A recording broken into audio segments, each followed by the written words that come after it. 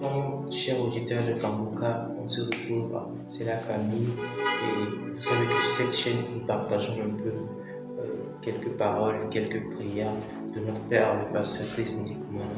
Et bien sûr, aujourd'hui, j'aimerais quand même revenir sur certaines choses que Papa nous dit très souvent, certaines choses qui sont très importantes que parfois nous négligeons parce que nous tous nous prions, nous demandons vraiment à Dieu, nous cherchons vraiment à avoir de l'exaucement, mais nous n'obtenons pas forcément ce que nous voulons et ça fait que on néglige certaines choses alors que papa à chaque fois il met l'accent sur ces choses-là. Donc j'aimerais un peu revenir sur ces choses-là et on est parti. J'espère que vous êtes prêts pour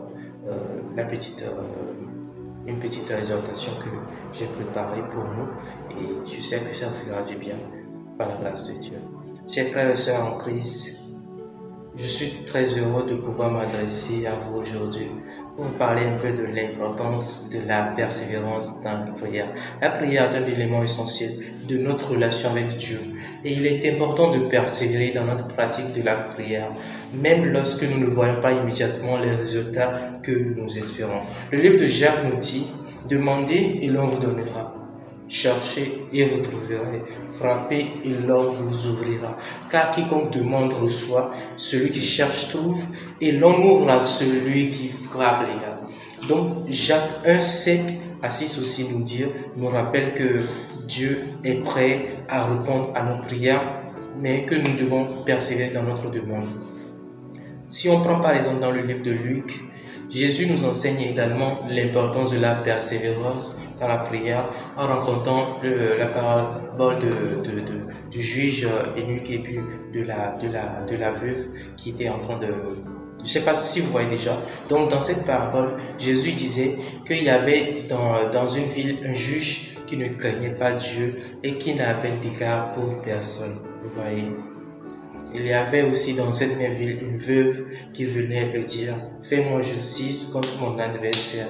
Pendant longtemps, il avait refusé, mais ensuite il se dit en lui-même « Quoique je ne craigne pas Dieu et que je n'ai d'égard pour personne, au moins comme cette jeune m'importune, cette veuve m'importune, je lui ferai justice pour qu'elle ne vienne pas me compliquer la vie, me compliquer la tâche. » Luc 18, verset 2 à 5, cette parabole nous montre même que même un juge unique, il finit toujours par répondre à la demande de la veuve importune parce que celle-ci persévérait vraiment dans sa demande.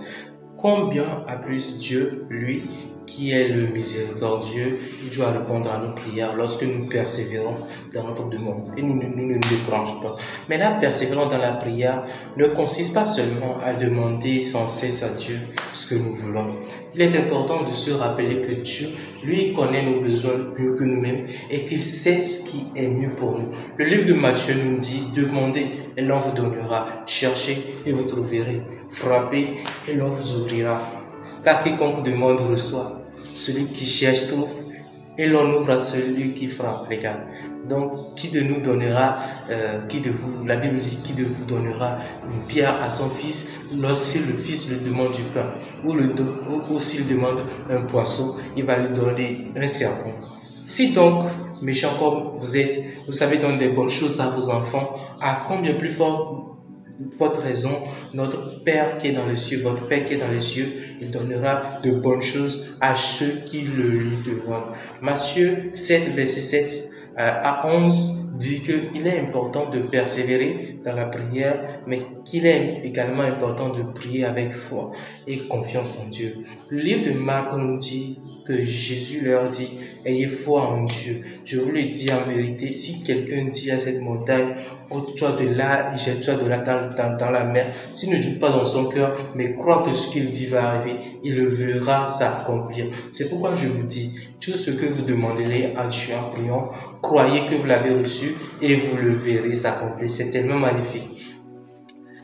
Marc 11, le verset 22 jusqu'à 24 nous dit que la persévérance dans la prière est également importante lorsque nous faisons face à des difficultés et à des épreuves dans notre vie.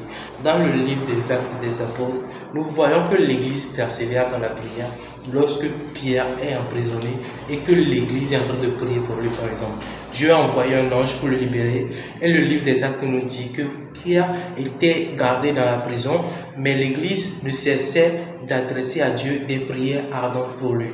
Acte 2, verset 5 nous dit aussi que la persévérance de l'Église dans la prière a conduit à la libération de prière. Ce n'était pas un hasard. Dans le livre de l'Apocalypse, nous voyons aussi que la persévérance dans la prière est une caractéristique des saints qui triomphent de l'adversité. Le livre de l'Apocalypse nous dit alors qu'ils ont vaincu à cause du sang de l'agneau et à cause de la parole de leur témoignage. Et n'ont pas aimé leur vie jusqu'à craindre la mort. Waouh! Apocalypse 12, verset 11 nous dit aussi que la persévérance dans la prière nous donne la force de témoigner de notre foi et de triompher de l'adversité. Chers frères et sœurs en Christ, je vous exhorte vraiment à persévérer dans votre pratique de la prière. Ne vous découragez surtout pas. Si vous ne voyez pas immédiatement les résultats que vous espérez, continuez à demander, à chercher et à frapper à la porte de Dieu. Persévérez dans votre demande à Dieu, dans votre demande à Dieu, et Dieu, il finira par répondre. Ça, c'est sûr. Il finira par répondre. Que Dieu vous bénisse abondamment et vous donne la force de persévérer dans votre relation avec lui. Donc, sachez que c'est un peu ça. Papa le dit chaque temps, mais parfois on le néglige. Parfois, lorsqu'on prie le samedi, on met la main là où on souffre. Moi, souvent, je mets ma main au niveau de ma poitrine. Je demande à Dieu, vous voyez. Donc, il y a certains qui le font, ils ne voient pas de résultats, ils se disent non, Dieu ne m'a pas touché. Ayez toujours la foi. C'est pas la foi que nous pouvons recevoir de Dieu. C'est pas la foi que nous pouvons acquérir notre miracle, que nous pouvons toucher notre miracle, que nous pouvons avoir nos enfants aussi dans nos projets, être libérés des puissants des ténèbres. Donc que Dieu vous bénisse abondamment. C'est un peu quelque chose sur lesquelles j'aimerais revenir parce que papa nous le dit chaque temps, mais il faut quand même que, comme on forme une petite famille ici, il faut quand même qu'on se le partage entre nos frères et sœurs. Donc j'espère que ça fait du bien. Et aussi merci beaucoup à notre papa, que Dieu le bénisse pour le travail qu'il fait. Vraiment, vraiment, vraiment. Il a fait un grand travail dans ma vie, personnellement. Sincèrement. Dieu est passé vraiment par lui pour changer ma vie. Je suis vraiment un témoignage vivant comme ça. Donc, le Seigneur va vous le faire aussi. On se dit alors à très bientôt. Je vous aime, vous prenez bien soin de vous. Que la grâce de Dieu soit sur vous. Que Dieu veille sur notre papa, qu'il veille sur l'équipe Kongoka, qu'il prenne soin de lui et de sa famille, ses enfants, tout. Donc, à très bientôt les amis.